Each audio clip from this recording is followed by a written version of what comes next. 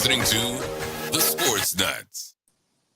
Hey, everybody, welcome to the Sportz Nutz. Yes, this is episode 112. Gosh, we have made it pretty far, Matt. I mean, like Shane, Matt, where were you 112 episodes ago, right? Oh man, this takes it back back to when we were We're still in talking on our diapers. walkie-talkies to each other, and our horses, riding on our horses, man. British are coming. The British are coming. Back when we were young and dumb. Guys, we hope you've had an absolute wonderful week. We've had a pretty good week here at the Keeler household. Matt, how was your the week been for you, sir? You're not frozen. Don't give me that. Matt. Yeah, I'm here. What's up? Did you hear me?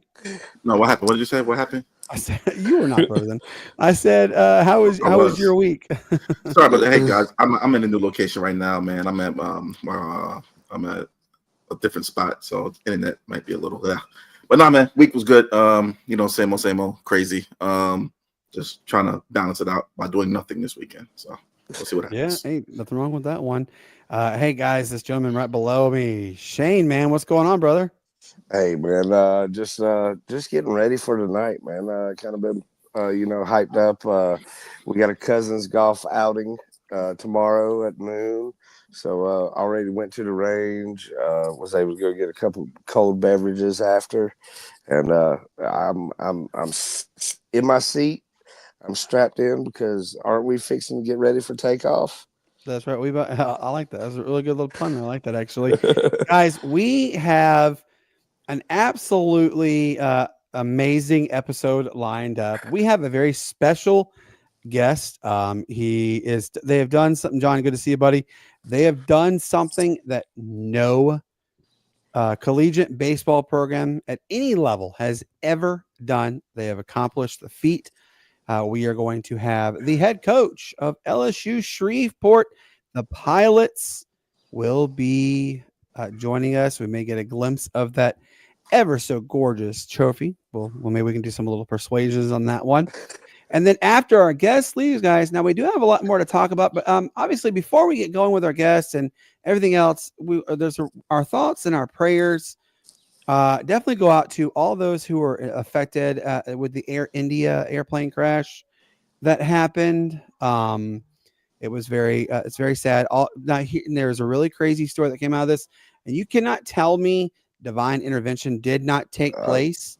About the brothers. One sole survivor of that plane crash got up and he walked away. Absolutely amazing. But yeah, our thoughts and prayers absolutely go out to everybody affected, not only for the families that were affected that were on the airplane, but also on the ground. There's still recovery missions going on. So it's just really a sad situation. It could be one of the, if not the worst ever airtime disaster, even worse than the Value Jet incident in 1996 when it crashed in the Florida Everglades. Yeah, that was a tremendous event there. So we'll definitely keep our thoughts and prayers, guys. We also want to talk about a super conference has been born. We'll talk about what that means. The NBA Finals took a vastly different turn in Game 3. We'll talk a little bit about that one. And this one's definitely going to go out more towards Shane. Could Murray State be the true Cinderella of Omaha? Or maybe could it be Coastal Carolina? We'll talk a little bit about that. Texas Tech softball, man, they are like racking it up left and right, up and down in any other direction they are. They've got I think it's 7 top 25 transfer recruits in the last week. We'll talk a little bit about that one. And guys, is it time for Caitlin Clark to get back? And there's actually breaking news. She is back this Saturday. We'll talk a little bit about that one. We're also going to talk about the updates for the training days with the Sportz Nutz summer series that's about to get going. Shane's going to give us a little rundown on that one. We're going to also discuss the fact that hockey is almost certainly back in the city of Atlanta. We'll talk about what that means in just a minute. And then we'll also talk some more issues with the city of Atlanta. Could this be a a breaking time for the entire year, really, for all of Atlanta sports. We'll talk a little bit about that. But we have you guys to tune in. Look, I know we have been pressing this episode left and right. Thank you to everybody who is tuning in right now. I know where all the groups are coming from. So, guys, I absolutely appreciate you helping me out on this. But, guys, we have our guest on. His name is Brad Neffendorf. He is the head baseball coach for your LSU Shreveport Pilots. Coach Brad, how are you doing, man? I'm good. Appreciate you guys having me on. No, we absolutely thank you from the bottom of our hearts coming on. And so like I told you before the show started, Shane brought us the attention like 4 to 6 weeks ago, roughly. He said, hey, I want you guys to pay attention to LSU Shreveport. They're doing something special. Lo and behold, you guys did do something special. But, I got to sit here and say this. Congratulations, absolutely, on being the first ever collegiate baseball team at any level. That's NAIA, D2, D3, and D1 to go undefeated and win a national championship. What has the vibe been around Shreveport? I mean, really about the entire state of Louisiana and then some. I mean, it's been probably more than we expected. I think we got, obviously when we got back into town, and then the welcoming that we had at campus, and then the next day was, it wasn't the whole city, obviously, but it felt like it for a small college to get the amount of people that we had, there to greet us, and just all the things that went on. And then if you want to look at like a statewide, just the amount of recognitions that we've got through social media, newspaper, radio, TV, and then we were at the state capitol this last Monday, and that one was pretty cool. We got to meet everybody in the House, and then the Senate, and then just a lot of different people, and it's just good. I mean, it's rewarding for our guys with the type of recognition that they've been getting. Absolutely. Shane, you have a question. Go right ahead. Well, I know the guys out on the field did it for you, but and one of them's actually a finalist for the Louisiana State Athlete of the Year. You're a finalist for the All-State Sugar Bowl Collegiate Coach of the Year. Congratulations on those accolades and all. And I kind of want to dive in. You said that you guys went to the State House. I also kind of heard a little murmur that you guys might have had an invite by the president to come visit as well. Yeah. Yeah, no, we did. Now, we don't know the exact date yet. It's going to be sometime this summer. Gradually, a little bit each week, we hear a little bit more. But to sit here and tell you I have the concrete details, I don't. I know it will not be in this month. It'll probably be in the next month and a half. And I think the information is going to be pretty strict for us. I think it's just one of those deals where, hey, here's who can go. Here's where you're going to be. Here's how we're going to get there, and then we'll go from there. Obviously, I know there's going to be background check and all that, but we will be going unless something comes out of the air and prevents us from going, which that could obviously happen at any point. But absolutely, Matt, you have a question. Go right ahead. Yes. Now, first off, Coach, congratulations on you guys' great season, wonderful season, masterful season. One might say.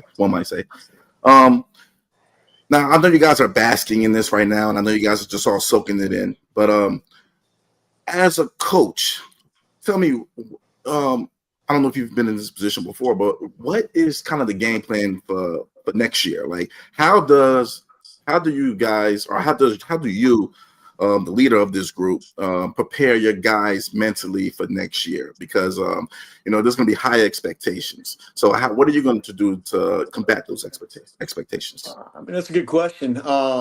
Obviously, in the recruiting process, the returners should know, and obviously that's an expectation that as we continue to win this year, and prior to anybody getting here, they know there's a high expectation, regardless if we won one or not. It's been a very historic program over 35 years now. It's just one of those things. We have to educate the recruits in the process of getting here. And day one, you let them know this is what you signed up for. There's a standard, there's an expectation, in anything that we do. So, I mean, that's why you get so many. We get to pick and choose how many we want to bring in here, and we actually might go a couple more than normal this next year. And I think the biggest reason is we have lost so many key pieces and a big voice on this team within those guys. that with who we bring in, obviously we need some, some of our returners to have a voice that haven't in the past. And these new transfers are going to have to, adapt to it and change some habits and jump right in it right away. And, all but one that we started with the fall, we found a way to get through what we were doing and commit to it this last year. We'll see how that goes with these new guys going in. But I think it's just, you just enforce the things that you believe in, and nothing changes. They know they're signing up for an expectation regardless. And, if somebody's not smart enough to understand the expectation with what we just did, with or without how much we talk when they come in here, then, they're probably not cut out for something like this. It's interesting you say that. We're good friends with Ryan Hart's now new athletic director, but he was the baseball coach. Coach Burton. Shout out to him. Absolutely. He told me that your team last year when they faced you guys, it was an unbelievable challenge, but he said it was absolutely a fun one. What advice could you offer the next generation of coaching, not only there but throughout the NAIA, that could help propel them to the level of success that obviously you have accomplished? Well, I mean, I think the biggest deal is try, be who you are. I think there's too many that get in here, and I think we all can be a victim of it at a young age, chasing something that they shouldn't be chasing, looking for the next job. Always, it's never good enough, but just more so be who you are, but continue to, evolve and develop who you are as a coach. And understand that it's a lot more than wins and losses. And I think that, all of us, especially at a young age, get wrapped up in that. And then you burn yourself out. You don't have fun with it. You let the wins and losses take care of it. But you have to understand, like for me, main job is to impact and build relationships. And, even with what we did this year, if we didn't do it, the success is built upon, are these guys prepared for what they're, to go into. And I mean, obviously, when you go to the games with Reinhardt last year, I mean, those are the type of games that we want to play. And I've known Jonathan since he was at Lindsey Wilson and I was at Campbellsville, both in Kentucky years ago. And then when I was at Tennessee Wesleyan in the same conference, he ended up coming in right after that. So look, I mean, the biggest advice I can give is, one thing that really helped me was just continuing to prove on attention to detail. And the more you can do that, I think the more that you learn. Don't be afraid to seek advice. Don't be afraid to be wrong. Don't be afraid to admit when you're wrong. It goes a long way with your players. And, obviously you're just trying to build a culture and continue to build upon an expectation wherever you are. And I truly believe, especially at small college, if you've got somewhat of the resources and you work hard enough and surround yourself by the right people, you can be successful where you are. We are speaking with the head coach of LSU Shreveport's NAIA World Series champion, the first team and only team so far to go 59-0. If you are watching us on YouTube, Twitter, TikTok, Instagram, wherever you are, shout out to on the stream, comment if you have a question for him. We would love to ask. Shane, you have a question. Go right ahead. Oh, yeah. Well, as you mentioned, kind of your background from Kentucky to Tennessee Wesleyan, most recently before you're there at Shreveport, you're at SIU Carbondale. Even way back before that, you and your Oregon team going to that national championship and winning it. Kind of give us kind of an insight on kind of the best moments of your coaching career, and if you could pick one of the best ones, what would you say it would be? Man, I think it's hard to obviously, top what we did this year. 2019 was pretty rewarding at Tennessee Wesleyan as well. It wasn't just the national title; it was, the year before. Billy Berry came back, who's a longtime head coach at Tennessee Wesleyan, and I was already there. He had a transition period where he went and took over the Baylor school.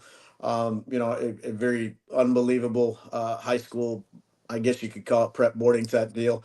We struggled in 2018, and obviously a lot was just due to him getting back and trying to get things set the way that, the culture was with him and all the success he built on the year before. We struggled a lot. We ended up, in 2018 being a game away from making the World Series, but probably we spent more time trying to get the roster right and trying to get the, just the culture right and whatnot, and to be able to come out and do what we did the next year and win that with a team that was talented, but more so the rewarding piece was those guys committed to everything they were asked to.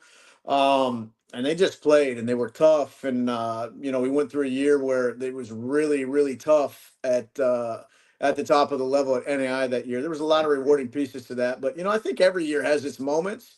regardless of how far you advance or not. It's coaching, it's athletics. There's going to be years where there's down years as well. I can't pinpoint one of them, but getting the opportunity here as, coming from being an assistant coach at this level at this place, I think the rewarding, thing about that is Lucas Morgan, our athletic director, decided to take a chance with me instead of going. I mean, this is a job where you could have got a lot of high-powered head coaches that have already had experience with it. I'm forever thankful for, the opportunity to come in here, not that I wasn't ready or had the qualities to be, a successful head coach at this level, but to take me out of, being an assistant, it meant a lot. That was a rewarding deal, just, for the time and everything that you put in and, setting out a goal to want to be a head coach. So we have a question from one of our audience members. Our friend John at the Pitch Grid podcast asked, what is the most unique challenge for preparing for a season? Oh, man, at our level, this is honestly going at all levels anymore. I'd say the most unique one, but it's the most rewarding one, is obviously putting together a roster, but you're going to be putting together a roster with a lot of new faces every year. So I think the most challenging thing is no matter how many that you have coming back, getting that, we're big on forming, one unit here, playing together as one unit, working together as one unit, being in the locker room as one unit. Everything that we do is one unit here. And I think the biggest deal is, and it's a challenge. That's why you got so much time in the fall and you have to take advantage of it going about it the right way is, I'd say the biggest challenge is, using the resources that you have, to get that to come together in the fall, and obviously how you structure it and how you prepare it. There's a lot of things that which is the same thing that goes on in games. We got to get our guys to get through. It's just challenges that take place and things that are going to come up out of nowhere that you didn't expect to happen. So honestly, just the formation of a roster, because it's not that we're putting together a roster, but we're ultimately using that to put together a team. And, if you don't have a team, if you don't have one unit and you're just putting together a roster without the intent to go out and, put together a team, then the challenges are going to outweigh anything else and they're going to get in the way the entire year. Shane, you have a question. Go right ahead, man.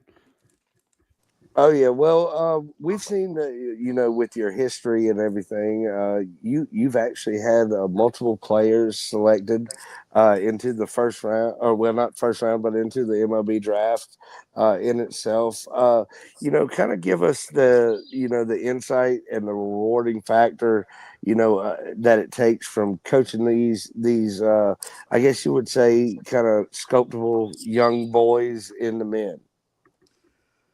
Well, I mean, obviously that's the whole goal, and while you're impacting them, obviously if they get a chance to go on and play, there's obviously every kid, that's all they talk about. They want to get drafted, they want to play at the next level. Well, that's become tougher than ever. So if you have with 20 rounds now, and they've depleted the minor league system, and they've only got so many spots, the free agents are tough as well. I mean, obviously number one, our job is to impact, and our number one job is to impact in a way that with building relationships that through the tough ways that we do it, getting these guys to understand what life is about and getting them prepared for it. And obviously, if they have the opportunity to go on and play pro ball, our job is to use what we do as a program as well, not only with what I just talked about, but from a physical standpoint, that they're ready to go play and play as long as they can. And it's tough, but it's rewarding when you're at small college, because it takes a lot as a player to convince somebody in a major league organization to put their name on the line and invest money in a kid. You know, that there's somebody that organization needs and they believe can help them for a long time. So, I mean, obviously both sides of it, there's a lot of rewarding pieces to it. Excuse me. Now that y'all have reached the top, what are the future plans for LSU Shreveport? Could we see y'all start that transition in the coming years to maybe go to like D2 or even a D1 level? They've talked about the Division II route here before. And I think we're in a place resource wise. Obviously, there's be some things that needed to enhance a little bit from the facility standpoint and all sports, but they've talked about it. And the crazy thing is there's no Division II in the state of Louisiana. So if we decided to, I think we could have a lot of immediate success based off location, based off name, based off resources and budget and all that good stuff. There has not been talks about it for a while. It's more so been talking about, potential of different conferences for us to go into at our level. And that's obviously not happened as well. if you want to talk about future plans, obviously just continue to keep it growing, all the programs that we have. And this was the most historic year, whether we won the national title or not, all the way from the start of soccer to basketball to tennis to us, probably been the most rewarding and successful historic year in athletics history at LSU Shreveport. Will there be a time in which we go Division II? Maybe, and I think we could make that transition. Division I, I don't think that's been talked about before, in my time here at least. But I can see Division II happen, and once again, ultimately because there's no Division II in the state of Louisiana, which is to me that's crazy. Yeah, that is a mind. Shane, go ahead. You have another question. Oh yeah, well, you and your success, as we heard from Coach Burton about you, your success speaks for itself. But I don't want you to, kind of feel this question in the wrong way. But you're the fastest coach to 100 wins and 200 wins with this program. What do you kind of see the ceiling for yourself and this program? I don't know. I'll be honest with you. For the program, there's nothing more than what I want to do just to continue to improve it at all phases. From just continuing to keep building off the success that was here prior to us being here, continuing to build off the success that we have had over the last, I guess you want to call it 5.5 years with COVID. We've made plenty of facility enhancements that were only possible with the support of the school, and obviously there's some fundraising there as well. So, I want to continue while I'm here to, build this into, something that is regarded as one of the best small college programs in the country, from, Division II, Division I, even with mid-major, and I'm more so Division II and NAI, which I think it's getting there for a lot of different reasons. Just continue to improve on what we have done, but more so, like, look, I've had it asked a lot lately. I'm happy here. I really am. My wife is our head athletic trainer, which is good and bad, obviously in the same household, but it's good. I've got family that, we're all from Oregon that is moving out here because they want to be around the grandkids. We've had a lot of success here, and then that's obviously due to the people that you have, the support that you have, the resources that you have, and obviously you're only as good as what you do with all that. So I don't know what's next other than, I'll be here, hopefully tomorrow, and continuing to recruit, a high caliber roster for next year. And we've got some other, we got some things taking place facility wise, and we're just going to continue to keep building this into, a program that has a chance to compete at a high level every year, and just continue to build upon all the things that we have, and really just, it's not life or death, but when it gets down to it, when you think of the NAI level, and obviously right now it's going to be regarded that we just, want to continue to keep being, at the top of the names that, if somebody's got to go NAI, this is where they want to go. I got a really interesting question. First off, you guys are mentioned with one of the absolute legends of the game of baseball, and Joe DiMaggio. Both you and him did something that no one's ever done. Remember, he had 58 game hitting streak. You guys had a 59 game winning streak. What does that mean for your legacy as well as the legacy of Shreveport?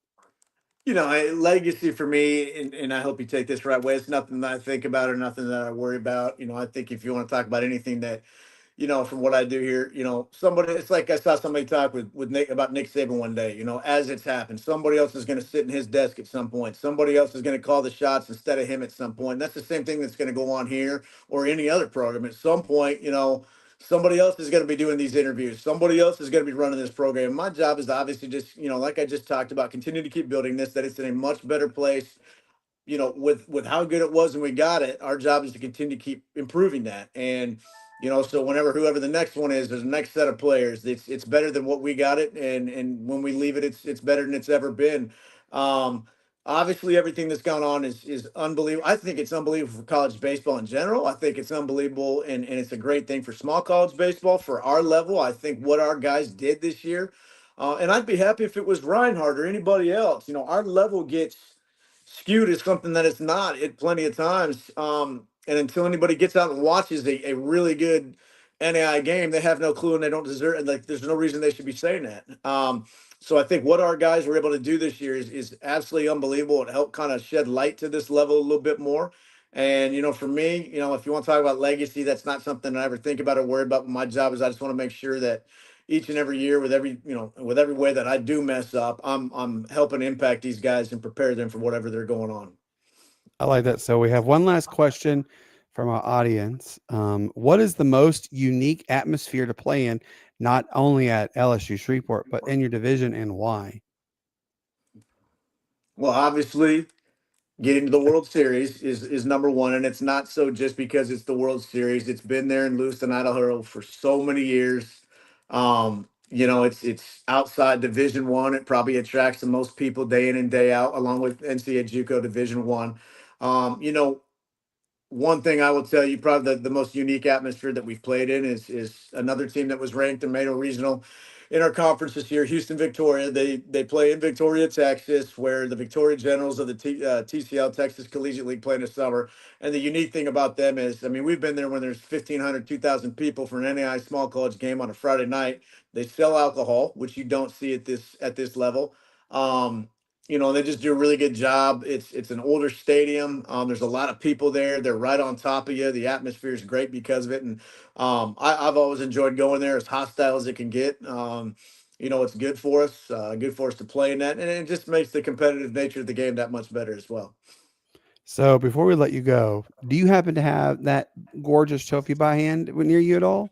I happen to not. It's in our locker Oh. room. I heard you guys say that. And I was like, crap, man. Like, I'm not to make something up here. No, it's in the locker room. I wish I did, and if I'd have known, I would have brought it home. But no, I got nothing. I got nothing good here. I'm looking around right now. I got nothing good right now. It's all back in the office, and I haven't done a good job of organizing all that stuff. I'm very organized, but when it comes to all the things that recognition wise and stuff that will be with us forever, we got to get organized with the branding and get stuff up on the wall. We're going to put a billboard up. There's all sorts of stuff we got to do, and I'm slowly getting to all that. Well, let's be honest, though. I mean, you guys did do something that is, an amazing accomplishment. So it's okay to be, crazy busy, and also the end of the year for schools in general in that area. But Coach, this is something that is gonna, resonate in my mind forever. Thank you so much from the bottom of my heart, the bottom of our guy Hank, Matt, and Shane, everybody, for you coming on and taking the time out of your Friday evening, which, by the way, is the only Friday the 13th of 2020. I didn't even realize it was Friday the 13th. That's jeez, wait. Yeah, it's the only one of 2025. But so honored to have you come on, Coach. Can you kind of let people know what's the next steps for the off-season train? When do you guys get your schedule released? That kind of stuff. Schedule's close to being complete. It'll be released sometime, middle of next fall. For us is, everybody's out of here about a few of these players, and some will probably be here for the whole summer. Just recruiting we got to get about 10 more guys on the roster for next year. And these guys report back on August 25th, I think it is. And then we'll get them acclimated for a couple of weeks with everything we do. And then we'll have our fall. And then before you know it, we're back playing again third week in January next year. It comes faster than people realize it. Yes, it does. Shane, what do you say as your good parting words to Coach Brad? Oh yeah, well, as I can't reiterate enough, man, we appreciate you coming on from the bottom of our heart, man. And hey, may the good Lord look over you and your family and next year's team. Hopefully, we look to hear back from you here in about a year and see if that winning streak's still alive. Maybe for a couple games, huh? Yeah. Hey, if you guys go 59-0 again, I don't know, man. I mean, you're probably going to get people running. Remember, what was that movie where Will Ferrell goes, "We're going streaking"? I could totally just hear fans. Oh man, I'll tell you this: it obviously had never been done, but because it's been done, somebody might do something like that again, and that's just the way it works. But absolutely, Matt, what do you say to Coach Brad? If you go 59-0 again, I'm pretty sure it'll be like a different set of circumstances for you personally. I'm pretty sure it'll be some. Yeah, but nah, man. Yeah, thank you for coming on. We really appreciate it, man, and much success to you guys again. I appreciate you guys very much. Thank you, Brad. It was a pleasure. I will talk to you soon. Go enjoy your weekend with your family, and please tell everybody down there we are super proud of the Pilots program, and we are looking forward to many more times of success. Sound good? But yeah, thank you guys. Take care. Appreciate it. Guys, what a cool experience to have Absolutely. somebody. I mean, first off, just think about this, folks. And look, thank you to all those who tuned in, because I know I promoted the Dickens out of this, and so did Shane. We've been hitting the promotion board on this like no tomorrow. But this team is going to be forever synonymous with perfection. They're going to be forever synonymous with Joe DiMaggio. I mean, just think about that for a second. I can almost guarantee you, everybody watching right now, there's nobody that was alive when DiMaggio hit number 58 in a row. This team won 59 in a row. Maybe you. You're so funny. I forgot to laugh. But guys, it means ever, like forever legacy. And I know he said he doesn't look too much in legacy, but absolutely tip your cap to them, because that's a feat that, I mean, up until this year, nobody, I mean, that's the JUCO, NAIA, D1, 2, and 3. I mean, no one has ever accomplished an undefeated college baseball season. I mean, heck, I can even go ahead and say no one's ever accomplished an undefeated Major League Baseball season. And I mean, we're in the eyes of amazing, glory right there. So yeah, but amazing. Absolutely glad to have him on, just learn more about NAIA sports. It's a lot of fun. Like, college sports is a lot of fun in general, but I don't know, it just means something different at the lower tier levels.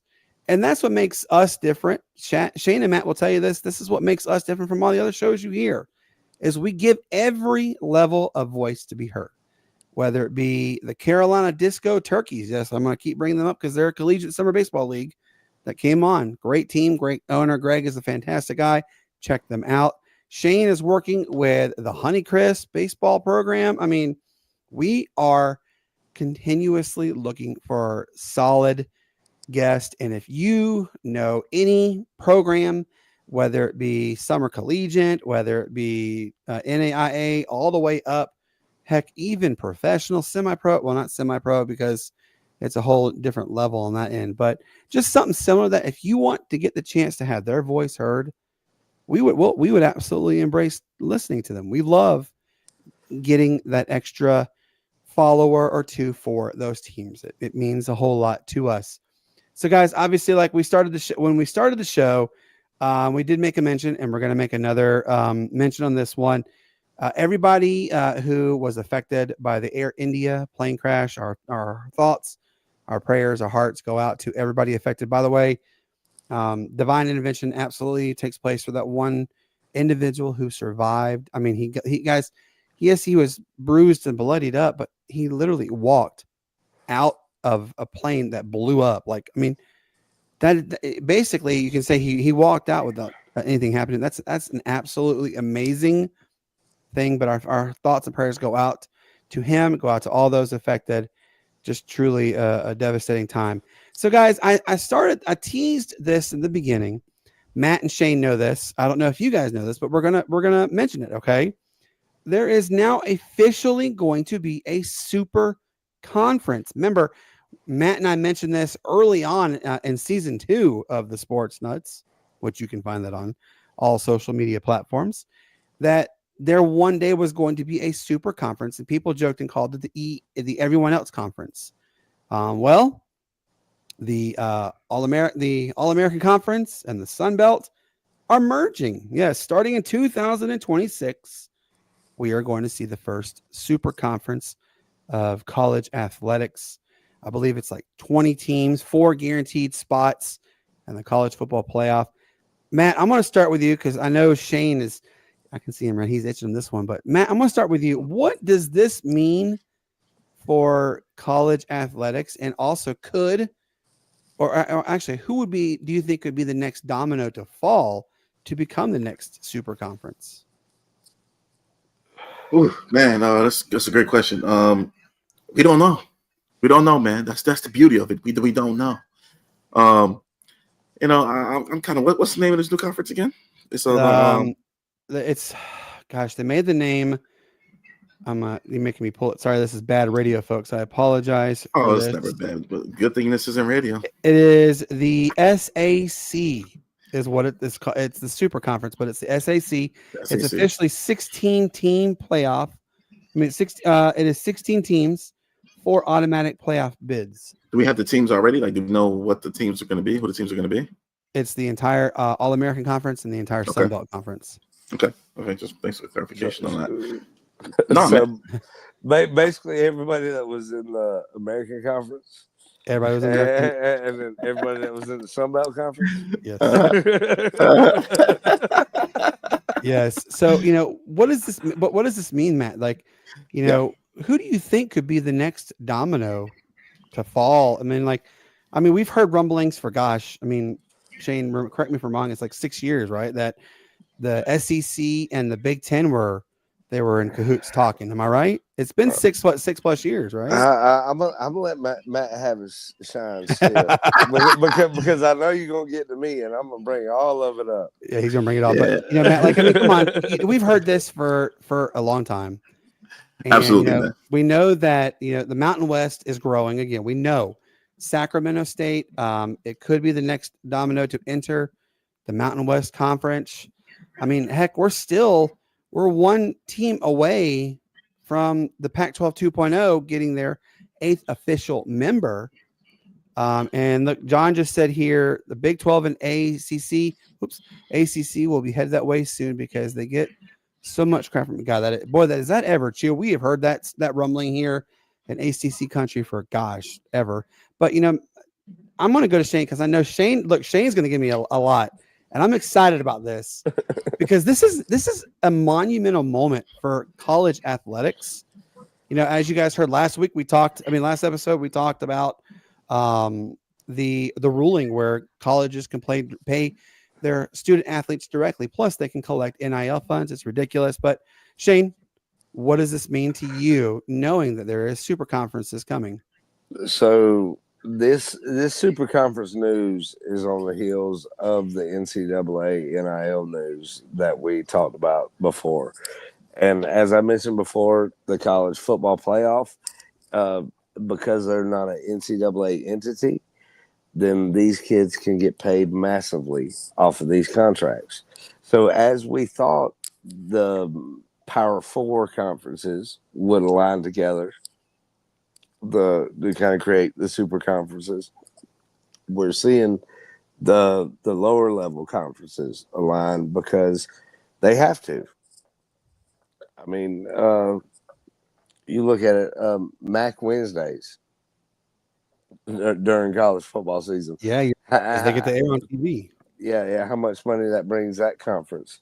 So we're going to see this so that way they can bundle as much money together to be able to compete on the same level as these Power 4 conferences that we see with the Big Ten, the SEC, the ACC, and the Big 12. Now, does that rule out what we've said in the past, where we might see super conferences in the Power 4 conferences? No. But we've also talked about ways to kind of solve this as far as the football situation goes and how it should be. But it's very interesting in how everybody is kind of relating to the the Power 4 conferences against everybody else. Now that we have this ruling, I think we're still going to have, like we did this year, probably one of the most solid competitive fields from front to back because of NIL money in the first place. We saw, the Alabamas and we saw the Boise States. They still competed on the same level. It's all about the player and the heart in the end. And, I do believe that we're going to see more of this conference realignment kind of stuff and super conferences because of the way that the new college football playoff system has been set up. And I think that it's going to be great for the sport and give give plenty of people opportunity to be that Cinderella story. You're right. And John, I'm going to answer your question right now. Are the ACC and Big 12 actually powerhouse? Yes, they are. The ACC more so than the Big 12. The Big 12 is kind of taking the dip down right now. But any conference at any given time can balloon right back up. It's a guarantee there's going to be some form or another. I mean, but just think about this for a second. The Sun Belt, I mean, yeah, they have a lot of small schools. They are a small conference. However, they're a big conference in the mid-major conversations. I mean, you got Coastal and App State alone. Yeah, I was just about to say you got App State alone. Look, folks, if you don't know who Appalachian State is, well, you literally have been really living under a rock. I mean, they are the only. They at one point were the only FCS program to upset Michigan at Michigan. By the way, that game still. Sorry, Coach Vince. I know you watch, man. That game still sits pretty hard there. But I mean, I enjoy it. Armani Edwards. Yeah, love it. But like we're telling you though, look, the AAC, they're also doing good. I mean, guys, we mentioned this time and time again. Matt knows this too. Season 2, we had Maddie Hudak from SI.com, who is a beat writer for Tulane University, came on. We said it with her multiple times as well. Matt and I have continuously said it. Tulane, they're in the American Conference. They beat USC in New Year's Six Bowl. That's pretty phenomenal. Last year, Army, guys. I mean, come on. Army had one of their best collegiate football seasons ever in the history of the program. And look, by the way, shout out to the American military. Their birthday is tomorrow, 250 years strong. So that's a really long time. But you got to also just look, the All-American Conference and the Sun Belt, they're absolutely heading in the right direction. Could we see Conference USA? And you know what? I'm going to give John another shout out about this one too. Mac, look, Mid-American Conference, man, there really is something special. And, guys, we saw last year, Northern Illinois, where they do, they go into Notre Dame and they upset Notre Dame at Notre Dame. Now that we saw the American and the Sun Belt go together, we're going to see the Conference USA and the MAC merge. I can go ahead and see that with the current teams that are on both rosters. Like it's so comparable, but it also makes it more competitive and more prevalent for everybody. You're right, and it's gonna be so both exciting and nerve-wracking to see what comes about in the upcoming years for college athletics. Can't wait for it. So yeah, all right. Let's switch to the next topic. By the way, Bryce Elder has just been pulled from the Atlanta Braves. They are losing to the no longer hapless Colorado Rockies. Yes, we'll talk a little bit about that. But yes, Matt, the NBA Finals, man, they took a vastly different turn the other night in Game 3. Tonight is Game 4. The Pacers, they took control. They put their big boy pants on and they came and played really good. What could we see happening for the remaining games left in the NBA Finals? Could we see realistically a Pacers team not upset the OKC Thunder? Absolutely, man. Right now, the Pacers are playing like a cohesive unit. They haven't put the Eagles to the side, and they're just balling, man. They're just balling, and you can't you can't take anything away from them right now. They're playing great team defense. Their offense is flowing very well. They're running simple sets. They're running very simple sets, man. They're just getting out there running, and they just winning more than the other team. Everybody had this thing stamped for OKC to win. Everybody just had Shai Gilgeous-Alexander stamped as the next Kobe or the next whatever you want to call it. But I give credit to Rick Carlisle, man. Rick Carlisle is doing a heck of a job coaching these guys, man. Coaching them up. That's what you want to do when you have players that, first of all, players that nobody wanted. As you look at Obi Toppin, who was thrown to the wayside by the Knicks. You look at Halliburton, who was just thrown to them by the Kings for peanuts. Miles Turner was drafted there, of course, but they have a team for the players that nobody really wanted. Ben Mathurin has been a bust. Was the 7th overall pick in the draft a couple of years ago. So I mean, Nembhard was the first pick in the second round a few years ago. I mean, nobody wanted these guys, and so you have to give hats off to Carlisle, man. He's coaching these guys up, and like I said, that's what you want to see your coach do. He came he's with he, he came he, with he's nothing out and turned coaching into him. something. Yeah, he's just out coaching his counterpart right now, man. And right now, uh, I'm gonna give you a hot take. I'll be surprised if OKC. I'll be surprised if OKC wins another game. I'll be surprised because they have to right now. That you can see it at the end of on their faces at the end of the last game. Man, they didn't think it was going to be like this. They didn't think Indiana was gonna pose a threat like this. I guess they kind of took it. They kind of undervalued how they play. It's just team ball, man. Just team ball. And Another question for you though. This one here's for you, Matt. which one? Could Could Halliburton go Halliburton to go to superstar status? superstar status? No, man. A superstar is a player that puts butts in the seats even on away games. Halliburton is not going to do that. Again, man, I give more credit to the coaching. Halliburton is a solid player, man. He's going to get you 18, 19, and 8 or 9 assists a game. Unfortunately, his game just doesn't say wow. There's not a flair to his game where people are going to buy tickets to come see. He's not box office. So that's one of the draw. That's one of the that's what you have to have. You look at Giannis. You look at LeBron, of course. You look at Luka. You look at people like that, man. Even Shea Gilgeous-Alexander. For example, those are players that's going to put butts in the seats. Halliburton just doesn't have that. And there's no knock to him in his game. That's He just could not get there. He could get there. I don't know, man. I don't know. Again, his game. He's a poor man's Tatum. I could say that, man, but I mean, he's not overly athletic. He's not. He's a poor man's Tatum. He's not a. He's not a great shooter. He's a poor man's Tatum. He's great at initiating the offense and running the offense, and he doesn't make mistakes. That's what people fail to realize. He rarely gets turnovers. That's why he's better than a poor man's Tatum. I'm not going to say poor man's Tatum. I mean, Jason Tatum is a very, very, very skilled player, man, in his own right. But Halliburton's the same person. I don't think so. I don't think so, man. Tatum's better. Tatum's better. Tatum's better. Tatum's better by a lot. I think Hallie's a better shooter than Tatum. Oh, that would be interference. I don't know. I don't know, man. I don't know. I think it's a pure shooter, yes.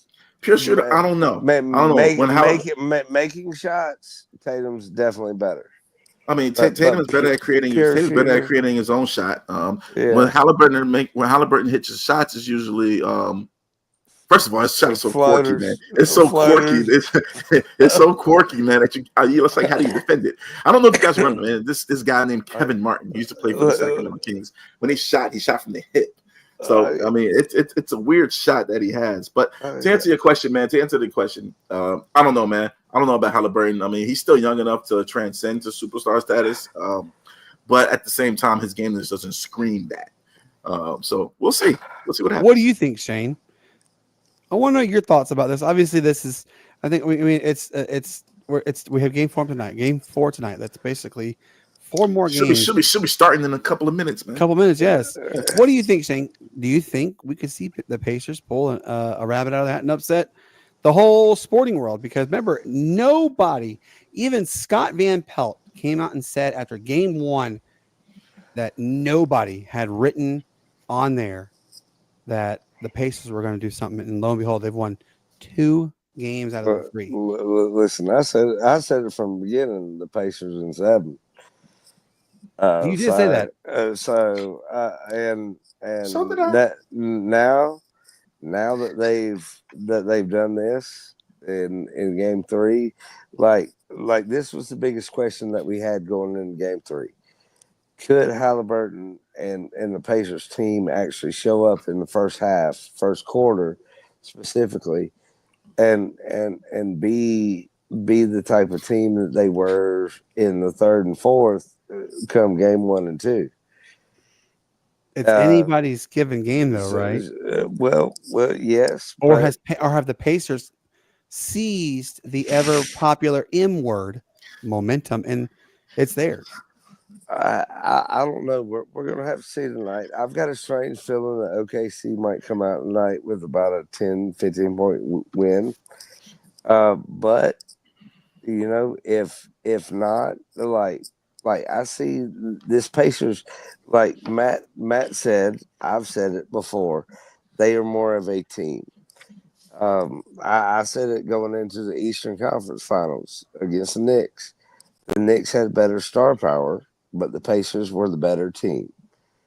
This seems to be the same case going into this finals, and we're seeing that now that the momentum shifted to the home court advantage. We can put it on that. I'll put because it was a close game throughout. So I'll put it on the home court advantage.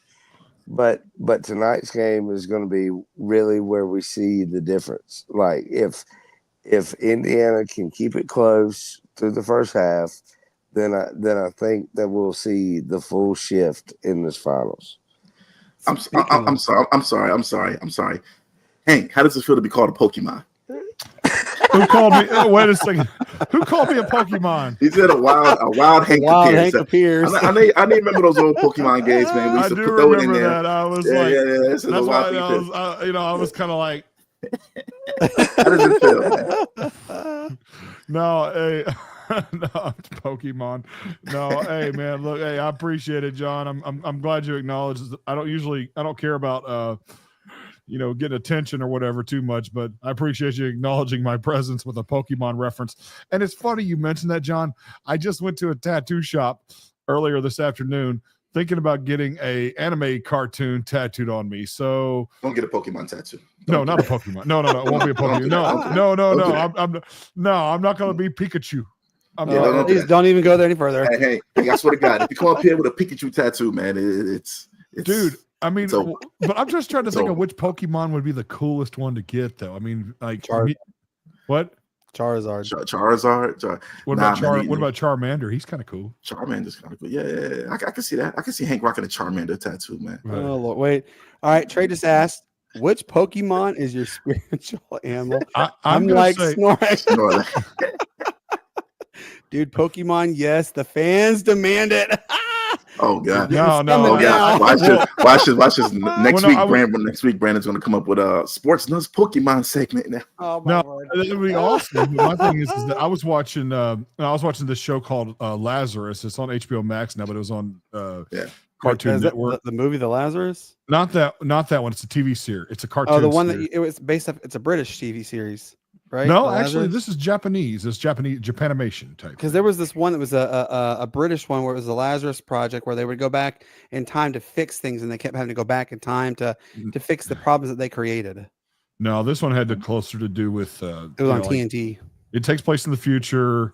The polar ice caps melt.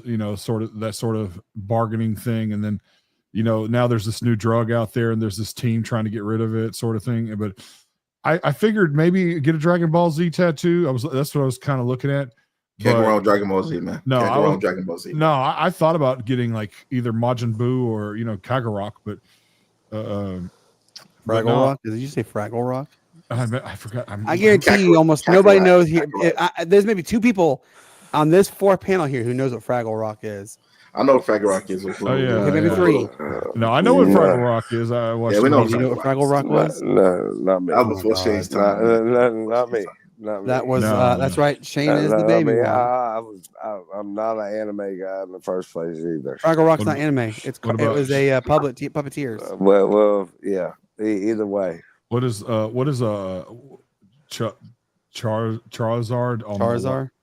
That's a Pokemon. I know that much. No, I know that. I just was like, well, why on the Welsh flag? Because I think the Welsh flag already has like a red dragon or something on it already. Well, it's red and green with that is clever. A black dragon. But I'm a huge Game of Thrones fan, so maybe I should get a dragon. Oh man. Well. My grandma is from Scotland, from Edinburgh, and I'm part of the McGregor clan. So it's me. It's I forget the saying, but it's in English it translates to "our blood is royal." Okay, is what our motto or clan motto blood is. Like I've worn it. Our blood is royal. Yes. Yeah. Okay, I thought you said like our. He thought you said he thought you said butt. Yeah. I'm like our blood is royal. I'm like, wait, what? No, our blood. Blood. But it's it's one of those things. I've worn kilts before in weddings, so. Did you have any underwear Let's not go there. underneath the Come kilt? on. That's actually a good question, Hank. That's a No, good I important no, that's question. excellent. You I don't guys want to were be scarred. Well, Brandon, do y'all really put underwear under those kilts? Hey, Like, Brandon, quit being so did. repressed. You have four daughters. You're not that repressed, okay? I did. like shorts or like tighty whities, man. Like, what do you wear under those things? Like the last time I wore one was like I was 10, and I had one of the worst sunburns. My dad and I can totally see this now. my dad and my uncle sat out by the pool, and they had a good time, and they didn't get flagged. Let me guess, your booty got as red as Matt's shirt. And they let me and all the second cousins stay out there, and I was one of the fair white-skinned ones out there. And as red as Matt's shirt. I mean, I'm glad I don't got to deal with sunburn like you guys. Yeah, I know. Why? I wish I had a little bit more melanin. Yeah. Well, no Diddy, but I would have loved to have seen that. All right. Anyways, let's go back to the sports talk here. It was not fun, but either way, I'm gonna shout out my Scottish heritage at this point. All right, so let's go back to our sports talk. Because this, we don't want to press on time and miss all the subjects. Yes. Now, Matt, Shane, this question is literally going to be directed. By the way, everybody say hey to Hank. Hi. Hank. So, Omaha starts, and could Murray State actually be the true Cinderella of 2025? Look, guys, they're the lowest graded team in all of college sports. That's 368 out of 368. It's pretty bad. Their head baseball coach, guys, this is what's even crazier. Okay. Their head baseball coach makes less than a college professor. He only makes $65,000 a year. Professor started at $80,000. And then I'm going to tag along this too for you, Shane. If Murray State isn't it, could Coastal be Cinderella? Well, I'm going to tell you, Coastal is not necessarily a Cinderella.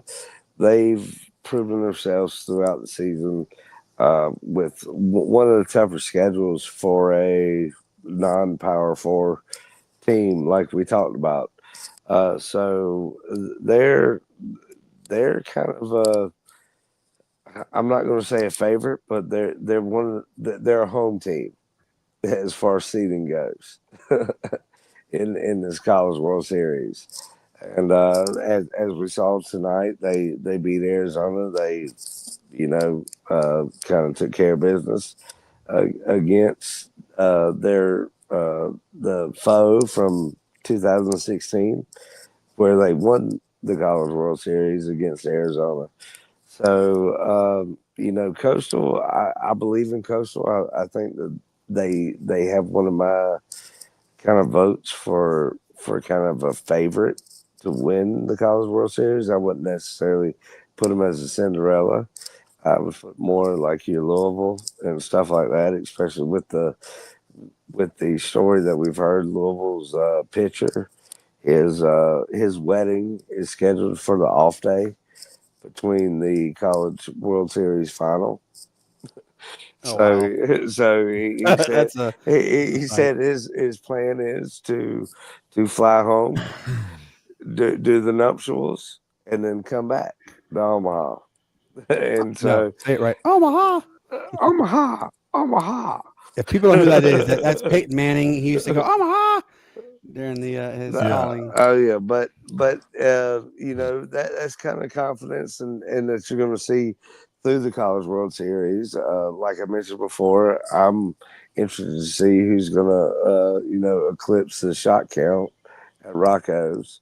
I think if Coastal's fan base really gets there and has a whole heart believe, unlike the 2016 series, like if their fan base gets there, they might actually get the record of they might eclipse 70,000 Jello shots in a weekend. Yeah, I've seen that thing. Good old ESPN has been mentioning it regularly on their Twitter page. So, well, someone said UCLA came to came with a ginger ale is what they came with. Yeah, They're like a 30. Well, I'm more of a it's, Fresca guy myself, but but it's it's great to see, and Murray State, as you mentioned, coach gets paid peanuts to pennies compared to everybody else that's coaching in this College World Series. I mean, he even is the groundskeeper for for the school. That's rough. They have a 800 seat stadium. It's I've seen bigger high school stadiums that I could pass by on the back road home. And I mean, I've seen 2,000 people at a baseball game before for a 2A school in South Carolina. Well, you just heard what Coach Brad said. He said he's gone to some NAIA games where you're having 1,500, 2,000, but then you go to some like where you have 115. Oh yeah, well, and I mean it's all kind of set in the prevalence of the programs. So we're going to see that kind of disparity anyway. Absolutely. Look, guys, there's a lot of topics I want to talk about. Real quick, this actually is going to be, this is breaking news. Not very many people are covering it. The NHL is slated to vote Monday on 2 expansion franchises. Matt knows them very well because we talk about this all the time. It is Atlanta and Houston. This is actually, so the gentleman, the investor who is bringing the money, and he's raised over $4 billion, and what is only going to be accounted for $225 million coming from the city of Cumming, which is Forsyth County, Georgia, which Matt, you know very well, is Duluth is only a 35-minute straight shot. The Gwinnett Arena is only going to be it's a 35-minute straight shot to where the arena is going to be built. This is what the arena is going to look like. This is the actual renderings of the new Atlanta NHL franchise arena. It's called The Gathering. This is what it is. It's going to be a live, work, play as well. So that's going to be in the Duluth area? No, this is going to be in Cumming. Do you know where the cooler is? I know where. So the cooler is for those who don't know where the cooler is, it looks like it's going to be a kind of like a Braves kind of thing, like where they're going to bring a little square and everything. That'd be good for the city of Cumming. That'd be good. It's going to be huge for them. It is estimated that within the first year, the entire county of Forsyth County is going to make back what they paid into this, which is $225 million. They can bring that money back. That's kind of what has granted the passing of this bill. That will happen. Let's see. Do they have that many trees? Actually, that's not really Atlanta. That's kind of like Metro. Well, that's a little far from Metro. Cumming is maybe right across from Beaufort. So the North Metro Atlanta consists in going all the way up to Gainesville. It's technically Gainesville is considered. Yeah, but that's not Atlanta. It's about 30 minutes out. Cumming's about 35 minutes out. 30 minutes out. So what about 10 miles? Nah, it's a little bit. So, all right, to put it in perspective. Okay, 2 hours. Matt knows where my mom lives. My mother lives in Roswell, Georgia. Okay, I'm from Roswell, Georgia. To go from Roswell all the way down to Turner Field, it's a good 45 minutes to almost 50-minute drive, and it's from North Fulton County all the way to South Fulton. Fulton County used to be split. It used to be Milton County and Fulton County. That was how it was split. Milton County went bankrupt. Fulton bought out North Fulton, and so they still call it North Fulton, South Fulton. But it's a good little trek. Forsyth County is the county directly above North Fulton area. If you want to talk about in perspective for Rich, it's literally where you keeping up with the Joneses there. Kirk Cousins has his house is located in Forsyth County. If that should be an indication, it's a really high-end, wealthy area. Well, the vote will take place on Monday. He submitted the proposal today. Actually, Krause is the investor for $4 billion. I think it was $2.5 billion of his own money was forked out right away, and he's got more investors to come into it. However, it is slated as a favorite. This is according to ESPN. PK, everyone knows what PK is. He is very high end on the NHL world because he used to play in the NHL.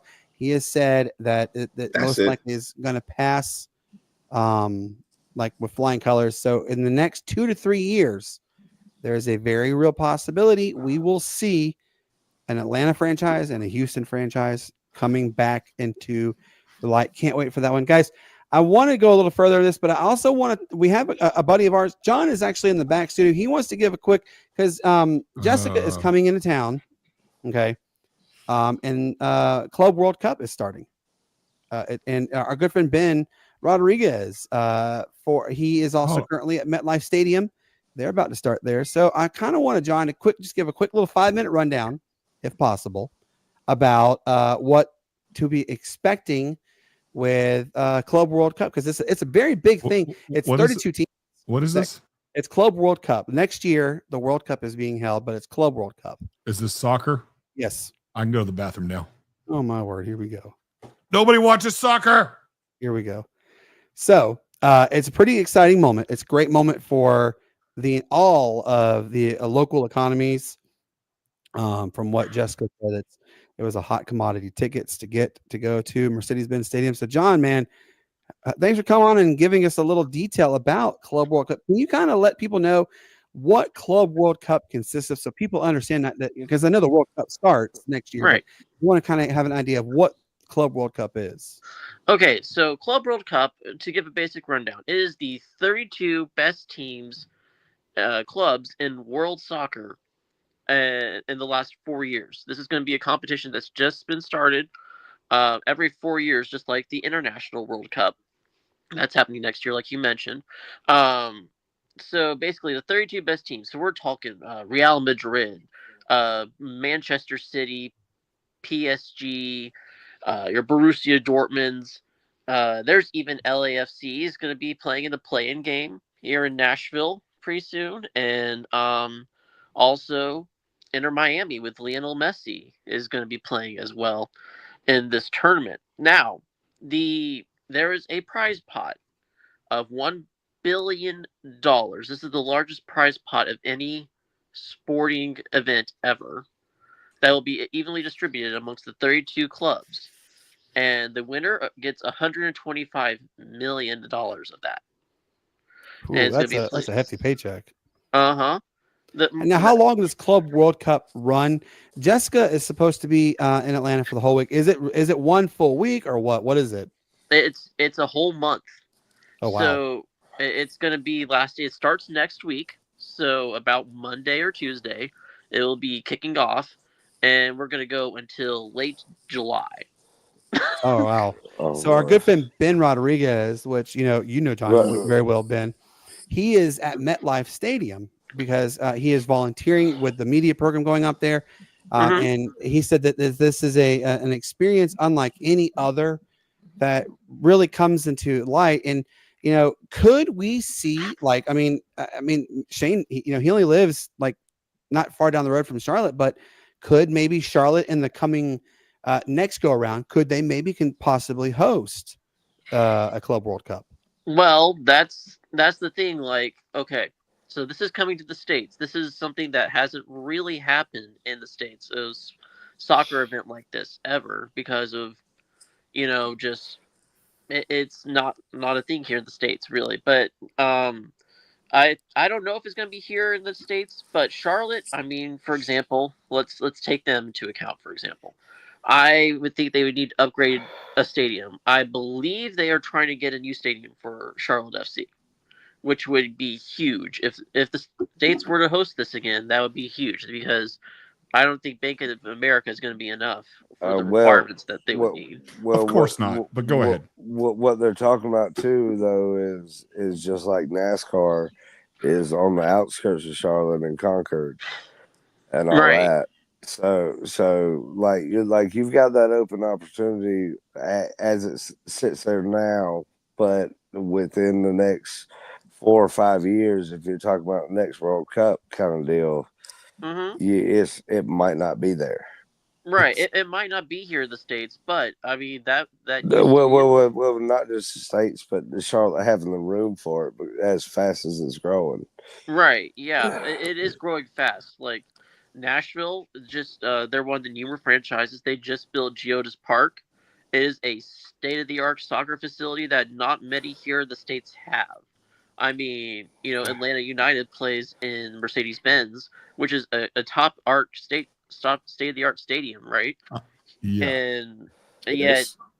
it's not soccer specific, and that's kind of some of the things that they aren't used to playing on like artificial turf, which is something that is not. It's just kind of uncommon for soccer usually. I'll just say this, John. I've been to that stadium you're talking about in Nashville to go see Bert Kreischer perform with like 20 other comedians I've never heard of.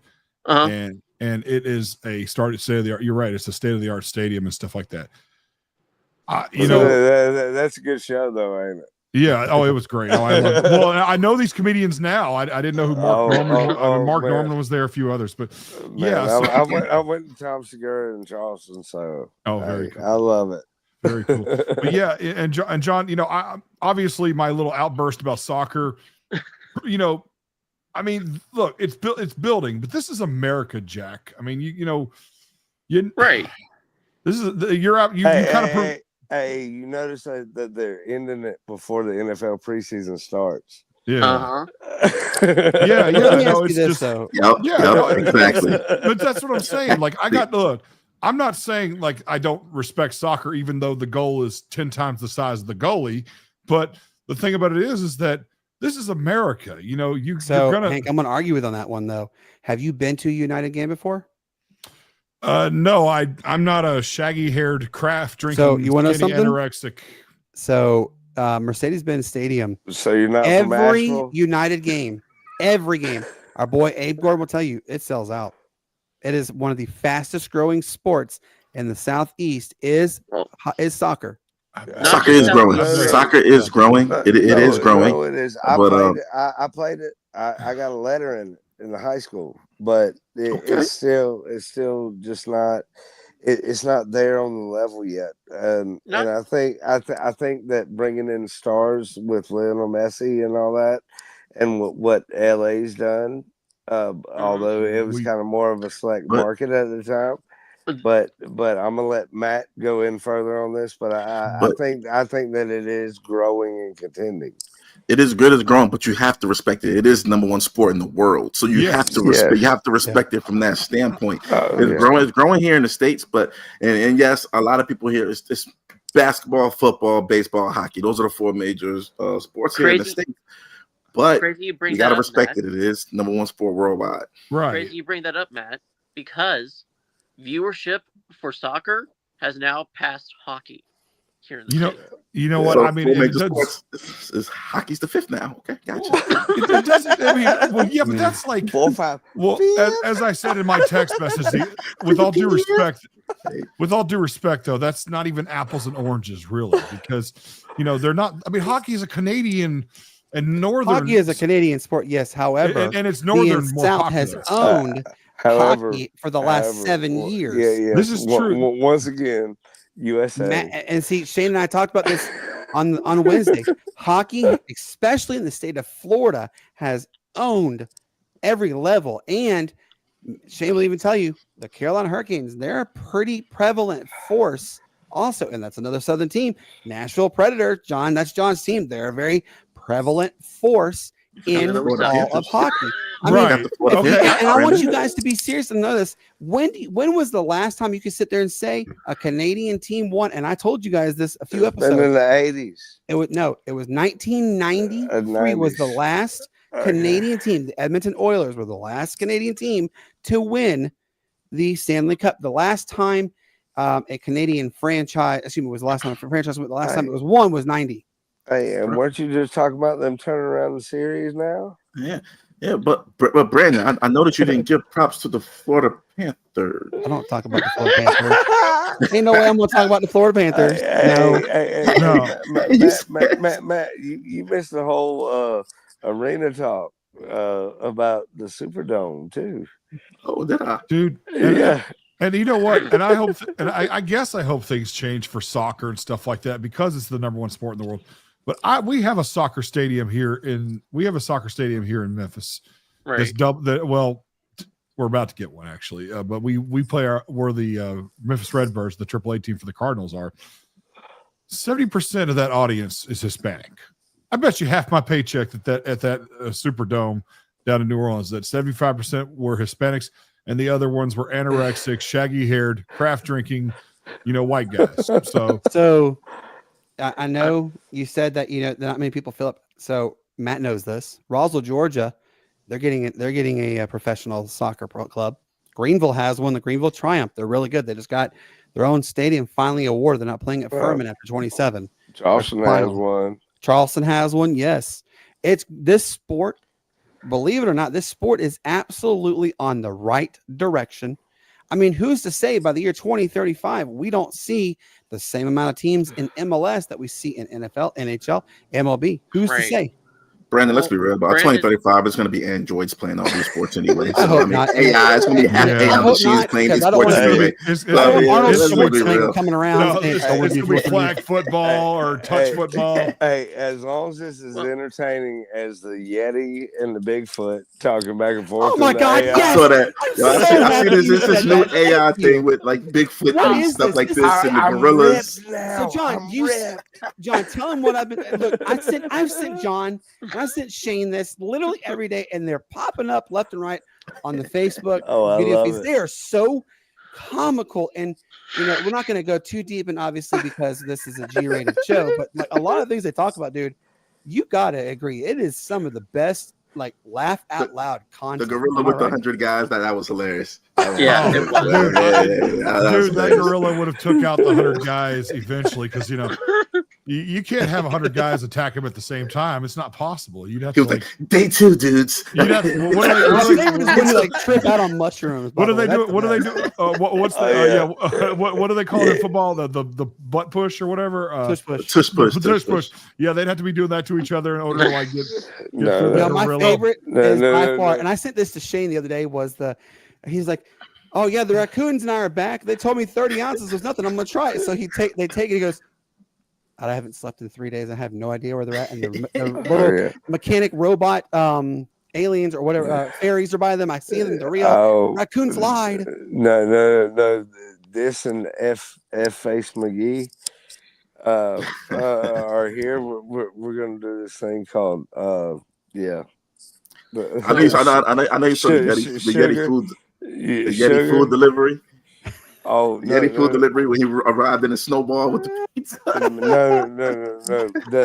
The thing about it is it's going to like old people now. Like there's this 90-year-old person in the supermarket. It's like, I gave my buddy some Henny. We was trying to mac on some honeys. I saw that one. I did. Who still says mackin in 2025? A 90-year-old guy. I sent this to John, but I posted on mine the newest one that came out. Hey y'all, we're making it to. He's like, they're making a raid and they're arresting me and I'm sending me back to Mexico. I've never been to Mexico. And he goes, I'm liking this place. He's playing the maracas.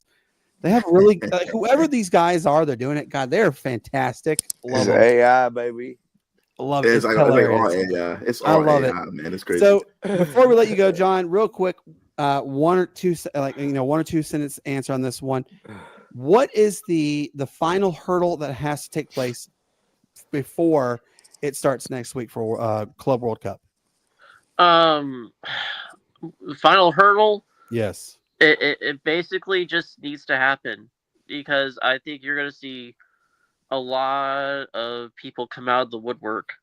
When you have Premier League days here in the States, you see a lot of people come out for those. So I would not be shocked if you just start to see a lot of people coming in.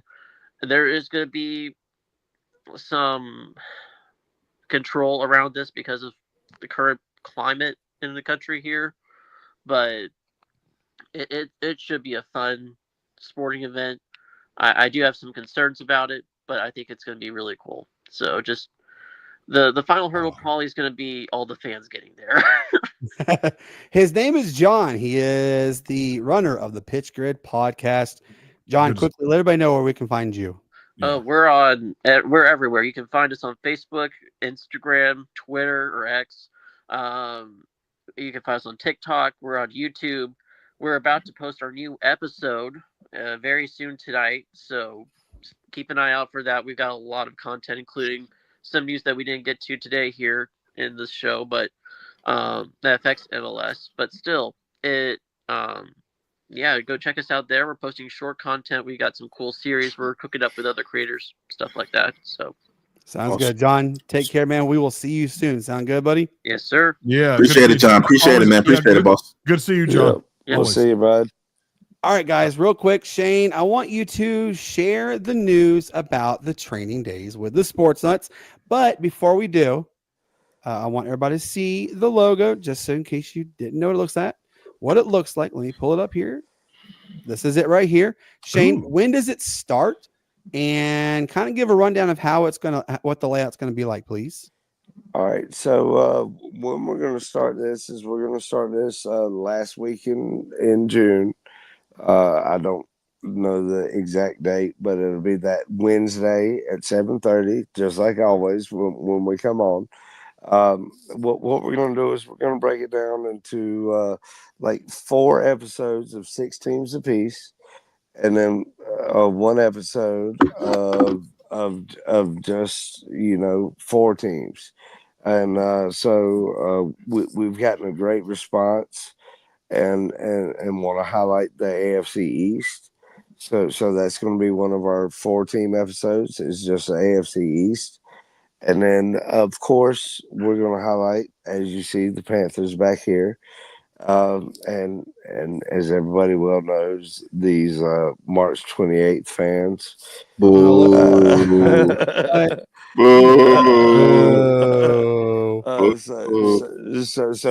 So we're gonna do an NFC South episode, and I think that NFC South episode, because of wide open as it may be, yes, Absolutely. yes, My bad. yes. It is Hey, save it, son. Save it, son. Wow. You're going to want to hear it when we talk about it, mate. Yeah, I promise you're going to. So, You're right. Tampa Bay and Atlanta, it is kind of wide between those two. No. 3 out of the 4. Gotta be. Who's the third? Well, Carolina. I mean, really, can y'all Yes, defend Carolina anybody? has been mentioned. Can y'all defend anybody over 6'1"? All right, guys. Real quickly, But anyway. Well, we need to. Anyway. I forgot you guys got that territorial McMillan guy. I forgot you Anyway, drafted him. Oh yeah, real quickly, but that'll be that, and then we're gonna kind of highlight some special kind of key matchups between, say, Aaron Rodgers and the Green Bay Packers, who play each other this year. 49ers. We're gonna highlight a couple different teams, and I think we got some good content for everybody. So, like I said, Wednesdays 7:30. We're gonna set it up last June. Last week in June, yes. So Wednesday, we only need 6 teams, by the way, y'all. Wednesday in June. So we're doing Wednesdays now. You guys are cutting into my significant other's time. You ain't got no significance to him. The 6 teams we need are Washington, Cleveland, the Rams. Matt's, I'm sorry. I was just thinking of Matt's Native American name would be Navajo. Whoa. Okay. Whoa now. Brandon to tell you about my past, man. I'll share with you guys. I believe young Matt. Hey, young Matt was getting it in back in the day, man. And and Hank, if you ever want to know, Matt had a nice, illustrious job when I first met him. I'll show that off the camera, by the way. I bet I know what we need. Okay. Magic Matt. I think I know what it is, but tell me off camera. Hold on. The 6 teams we need, y'all. They are the Washington Commanders, the Cleveland Browns, the LA Rams, Denver Broncos, the Buffalo Bills, and the Pittsburgh Steelers. If you are a super fan of that team or even media credentialed, we want to hear from you. We will gladly have you come on. It's a 5 to 15 minute interview. All you got to with Shador tearing it up in training camp, I'm shocked we don't have someone to report the Browns, Brandon. We're going to get somebody. Agreed. We're going to get somebody. Don't worry. He's not doing as good as his brother, from what I've heard. Yeah, I'm shocked. I'm shocked at Shiloh, actually. I'm shocked at that. All right, and then real quick. I'm not. I thought he was the better talented one starting off. All right, so here's this next week. We're cutting on time. This is going to be a new segment series that Shane's going to highlight next episode. And Matt, look, he's already doing the symbol. You already know. Make sure you pay attention. Sports betting, that's my thing, man. You already It's know. gonna You start. ready. We are going to start discussing yeah. about it on Tuesday's episode. Also, Matt is going to lay down about the fantasy football league with the Sportz Nutz. Shane has a specific request, which he will ask Matt during Absolutely. the Money league. show. Money league, Pay fantasy attention football. to it. It's coming. It's going to be a lot of fun, like we had last year. I'm gonna finally beat Matt in this one, but yeah, no, I'm just saying. Anyways, guys, look, we have had an absolute blast of an episode. Thank you to everybody who watched. Look, I mean, I understand you guys had. It is a Friday night. It's Friday the 13th. You guys came on. Thank you so much for dealing with me posting literally 5 posts a day in every group. I appreciate it. It meant a lot that you guys came on and checked us out for the LSU Shreveport Pilots, the first and only team right now to go undefeated in college baseball and win the World Series at 59-0. Really meant a lot to us. Hey, still this season too. Ain't nobody gonna do it. That's right. Hey, I appreciate you guys for tuning in to us. It means a lot to us. So for our good friend, Coach Brad Neffendorf of the LSU Shreveport Pilots. Right. Shane, what do you tell these lovely people, sir? Hey, man, as always, you know, I appreciate everybody watching. You know, may the good Lord bless you. But peace, love, and bacon grease. Yes, peace, love, and bacon grease indeed. And Hank, what do you tell these lovely people, sir? Man, I'm about to go sip on some bourbon to celebrate because you could have been anywhere else, but you decided to come here tonight and hang out with us. And I appreciate you every time. God bless you all. And, yes, it means a lot. That's right. It means a whole lot to us. Check out Hank, by the way, on his show, Hank Russell Invitation. He posts a lot of good content. You're going to like it. He's on Instagram, Facebook, Twitter, everywhere. YouTube, check him out. I'll Matt, tell more about it on another episode. Yeah, absolutely. Yeah, absolutely. We want you to. And Matt, what do you tell everybody, sir? First off, I just want to thank you guys for not causing me to have to edit this episode. That's the first thing I want to say. You know what I tell everybody. It's Friday night, guys. Friday night. Let's make sure we have a good weekend. Let's stay safe. If you're going to partake in the devil's nectar, make sure you do it in the house. No need to go out there in those streets, guys. It's nothing but trouble out there. If you go out in those streets, sip something.